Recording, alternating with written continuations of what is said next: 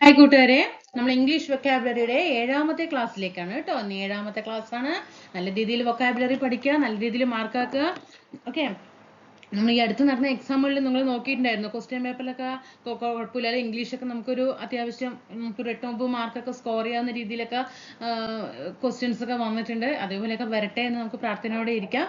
എങ്കിലും നമ്മൾ എന്താണ്, നമ്മൾ ചെയ്യേണ്ട കാര്യങ്ങളുണ്ട് അല്ലേ. നമ്മൾ PSCക്ക് ഇറങ്ങുന്ന സമയത്ത് നമ്മളതായിട്ട് ചെയ്യേണ്ട കാര്യങ്ങളുണ്ട് എക്സാമിന് പോകുന്നതിന് മുമ്പ്. അപ്പം നമ്മൾ അത് എന്ത് ചെയ്യുക, നമ്മുടെ ഭാഗം ക്ലിയർ ആക്കുക.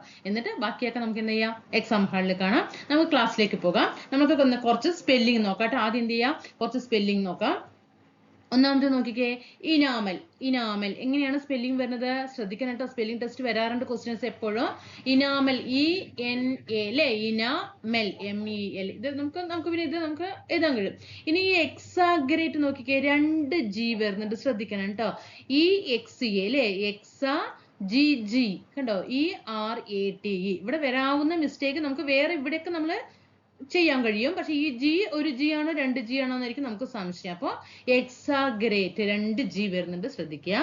ഇനി ഫാസിനേറ്റ് അല്ലേ, ഫാസിനേറ്റ് അല്ലേ, FAS, ഫാസിനേറ്റ്. ചിലപ്പോൾ നമ്മൾ പെട്ടെന്ന് എന്ത് ചെയ്തും, F അല്ലേ, ഫാസിനേറ്റ് എന്നിങ്ങനെ എഴുതും.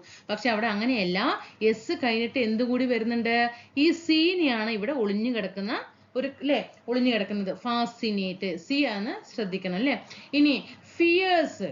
ഇനി ഫിയേഴ്സ് പറയുമ്പോൾ അവരെങ്ങനെ തരിക, FAIRCE അങ്ങനെ തരും. അപ്പോഴാണ് ഇവിടെ കൺഫ്യൂഷൻ.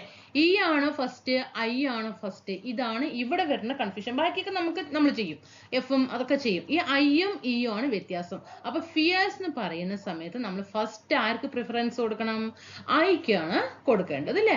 I കഴിഞ്ഞിട്ടാണ് ഏത് വരുന്നത്, E വരുന്നത് അല്ലെ. എങ്ങനെയൊക്കെ തരുമ്പോൾ നമ്മൾ അവിടെ ഇരുന്ന് കൺഫ്യൂഷൻ, I ആണോ E ആണോ എന്നൊരു കൺഫ്യൂഷൻ വരും. ഈ വാക്കിൽ ഏതാണ് വരുന്നത്, Iയും E ആണ് ഇവിടെ കൺഫ്യൂഷൻ വരുന്നത്. അപ്പൊ ഫസ്റ്റ് ആർക്ക് പ്രിഫറൻസ് കൊടുക്കുക, Iക്ക് പ്രിഫറൻസ് കൊടുക്കുക കേട്ടോ. ഇനി മസാക്രി അല്ലെ, മസാക്രിയിലും അതുപോലെ ഇവിടെ ശ്രദ്ധിക്കേണ്ടത് 2 S ആണ്. അവിടെയും നമ്മൾ ഇപ്പൊ മസാക്രി MASACRE എന്ന് തരുമ്പോ മസാക്രി ആണല്ലോ. അപ്പൊ അവിടെ അതല്ല, അവിടെ എന്താണ്, 2 SS അല്ലെ, ഡബിൾ S ആണ് ഇവിടെ വരുന്നത്. ഇവിടെ കിടക്കുന്ന വില്ലൻ ആള് ഇവിടെ S ആണ്. ഇവിടെ ശ്രദ്ധിക്കുക. ഞാൻ ഇതിങ്ങനെ സ്പെല്ലിംഗ് എടുത്തെടുത്ത് പറയുന്നില്ല കേട്ടോ. MASSACR അങ്ങനെ പറയുന്നില്ല. നമുക്ക് എവിടെയാണോ ഈ ഇടയിൽ കൺഫ്യൂഷൻ വരുന്നത്, നമ്മൾ LKG പഠിക്കുന്ന കുട്ടികളൊന്നും ഇല്ലല്ലോ നമുക്ക് അറിയാതിരിക്കാൻ. അപ്പൊ നമുക്ക് എന്താണ്, എവിടെയാണോ PSC ആ പീക്ക് പോയിന്റ് വെച്ചിരിക്കുന്നത് അവിടെ നമുക്ക് എടുക്കണം കേട്ടോ. അപ്പൊ അത് മനസ്സിലായല്ലോ. ഇനി കോൺസ്റ്റലേഷൻ. കോൺസ്റ്റലേഷൻ ഇവിടെ E തുടങ്ങിയിട്ട് ശ്രദ്ധിക്കണം. നമ്മളിപ്പോ കോൺസ്റ്റലേഷൻ പറയുമ്പോൾ ചിലപ്പോൾ S T കഴിഞ്ഞിട്ട് A ഇടാനും സാധ്യതയുണ്ട്. ഇവിടെ ശ്രദ്ധിക്കുക കേട്ടോ. ഈ LLA കണ്ടോ, ഇവിടെയാണ് ശ്രദ്ധിക്കേണ്ടത്.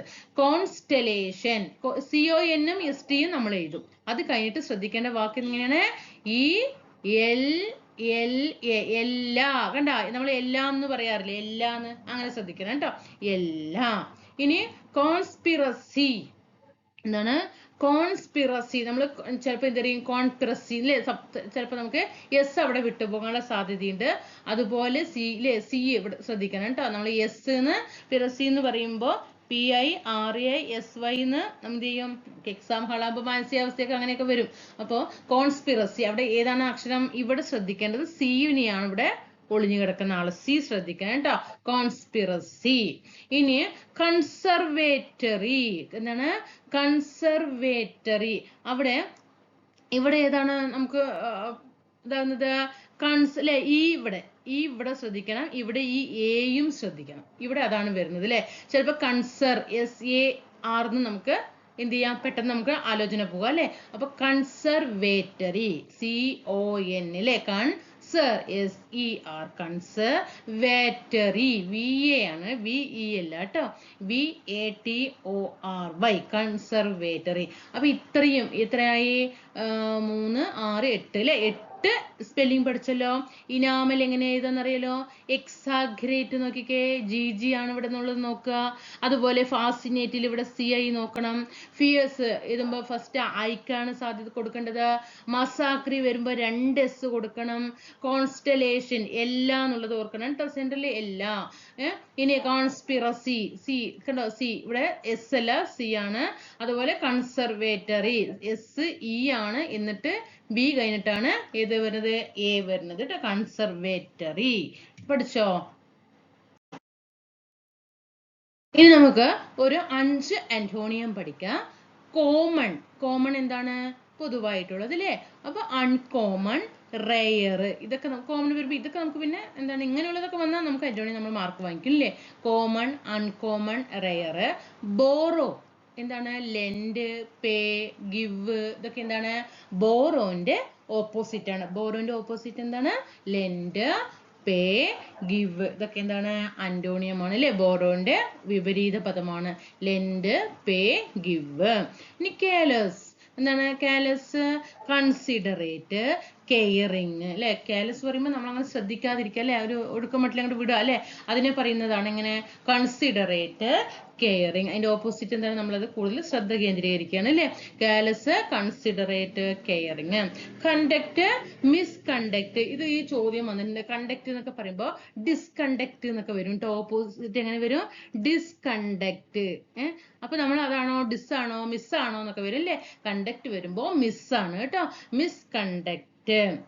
ഇനി കറപ്റ്റ്, ഹോണസ്റ്റ്. കറപ്റ്റ് എന്താണ്, ഹോണസ്റ്റ്. കറപ്റ്റ് എന്താണ്, ഹോണസ്റ്റ്. ആന്റോണിയം എത്ര പഠിച്ചു, 5 ആന്റോണിയം നമ്മൾ ഇവിടെ പഠിച്ചു അല്ലെ? Common, uncommon, rare.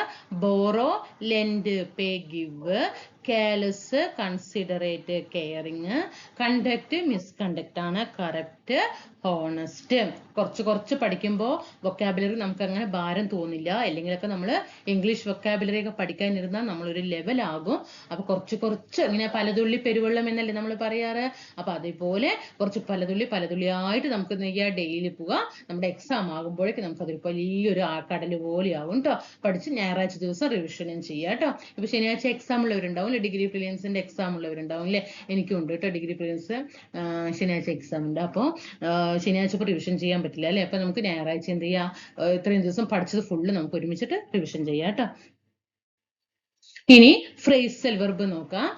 ബ്രേക്ക് വെച്ചിട്ടുള്ള ഫ്രേസൽ വെർബാണ്. ബ്രേക്ക് ഡൗൺ, ബ്രേക്ക് ഡൗൺ അല്ലേ? Break down, lose control. Break down, lose control അല്ലേ? ബ്രേക്ക് ഡൗൺ ആയി, വണ്ടി ബ്രേക്ക് ഡൗൺ ആയി എന്ന് നമ്മൾ പറയാറില്ലേ?